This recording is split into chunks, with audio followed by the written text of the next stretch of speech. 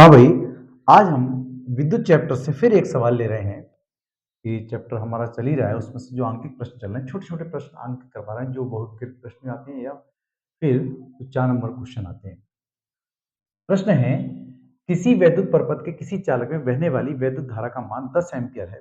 प्रति सेकंड इससे बहने वाले इलेक्ट्रॉनों की संख्या ज्ञात कीजिए। एक इलेक्ट्रॉन पर आवेश कितना होता है? देखो भाई, हम पहले फाइंड आउट करें क्या-क्या चीज़ दे रखी है, ठीक है? और फिर हम उसके विषय में सोचते हैं कि फार्मूला हमें कौन-सा लगाना है। फार्मूला गिने-चुने हैं, कोई खास बात नहीं है और आप परेशान होने की ज़रूरत नहीं है। तो धीरे-धीरे हमारे साथ बने रहिएगा, कोई बात नहीं। देखो, कोई परिपथ है, परिपथ तो वही होंगे कंप्लीट परिपथ, और बह रही कितनी, जो करंट चल रहा है वो कितना चल रहा है? 10 एम्पीयर करंट है, ठीक है? परिपथ में कितना करंट चल रहा है? 10 एम्पीयर का। तो हम लिखते हैं एम्पीयर का मतलब क्या है? धारा, और धारा को हम आई से लिख देते हैं, या छोटा आई लिख लो या बड़ा आई लिख लो। कितना दे रखा है? 10 एम्पीयर। ये हमने लिख लिया 10 एम्पीयर, ठीक है भाई? अब फिर दे रखा है टाइम प्रति सेकंड। टाइम का मतलब 1 सेकंड, तो 1 सेकंड लिख देते हैं, क्या हुआ लो, 1 सेकंड लिख लिया। अब हमें सोचना है प्रति सेकंड बहने वाले इलेक्ट्रॉन, जब भैया इलेक्ट्रॉनों की संख्या जब ही निकल सकती है जब हमें कुल आवेश पता चल जाए, क्योंकि हमारे पास दो ही सूत्र हैं अभी। एक तो है हमारे पास Q बराबर IT। इस सूत्र से क्या काम करेंगे, हम कुल आवेश निकाल लेते हैं, जैसा पिछला सवाल हमने किया है। और फिर इलेक्ट्रॉनों की संख्या को निकालने के लिए मेरे पास ये सूत्र है, Q बराबर NE। क्लियर? अब हम ये लगाते हैं, हम टोटल आवेश निकालते हैं। क्या होता है? आवेश बराबर, आवेश को Q कहते हैं, Q बराबर IT। सही है? और आवेश निकालना है, Q बराबर I की वैल्यू कितनी है? 10 है, और T का मान 1 है, तो कितना हो गया? 10 कूलाम।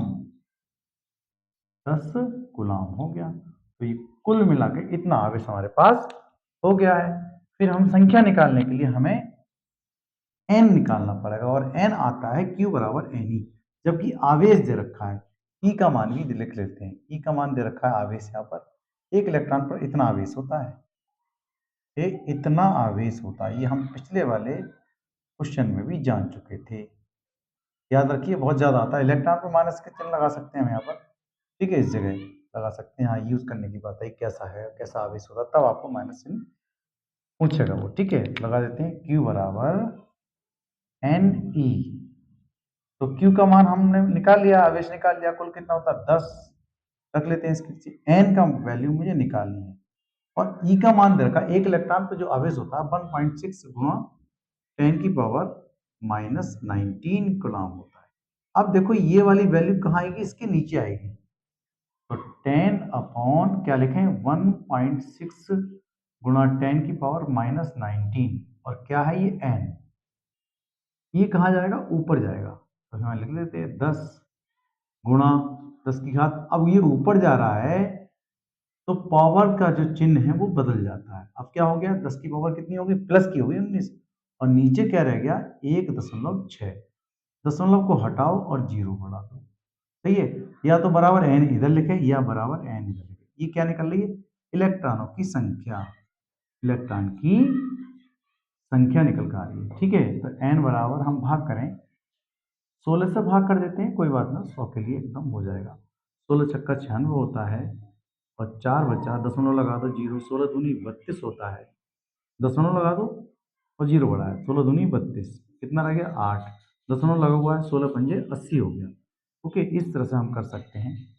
क्या हुआ भाई? देखो, इसका आंसर 6.25 और गुणा 10 की घात 19, 19 माइनस नहीं है, बहुत ज्यादा संख्या हो गई। कितने? सिर्फ 10 कूलम आवेश को ले जाने में, और कितनी? 10 एम्पीयर की धारा बह, उसमें देखिए कितने ज्यादा इलेक्ट्रॉन हो गए। ये लिख देंगे हम इलेक्ट्रॉन। छोटे छोटे सवालों के साथ हम आ रहे हैं, आपको समझा रहे हैं। Thank you, have a nice day.